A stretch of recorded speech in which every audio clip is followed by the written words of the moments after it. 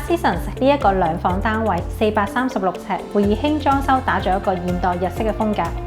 單位2人居住，但男女戶主都有各有自己嘅要求，好似女戶主咁，好中意種植，所以屋企都會有大大細細各式各樣嘅盆栽。而我哋就希望將女戶主心愛嘅植物融入客廳設計。考慮到植物需要充足嘅陽光，我哋喺客廳嘅電視櫃同埋飯廳之間設計咗一個開放式嘅層架，用嚟擺放植物。而梳化背後都設計咗一幅特色牆，可以掛起一啲吊飾植物。書房就係男戶主嘅天地，男戶主要求擺放一張升降式嘅書台，咁我哋就將佢向牆擺放，令到背後嘅牆身可以做滿一組書櫃，增加收納空間。而主人房就運用咗深木色，咁房內需要大量嘅衣物收納空間，所以我哋就設計咗一組 L 型嘅衣櫃，同時亦都保留咗空間去做床頭櫃。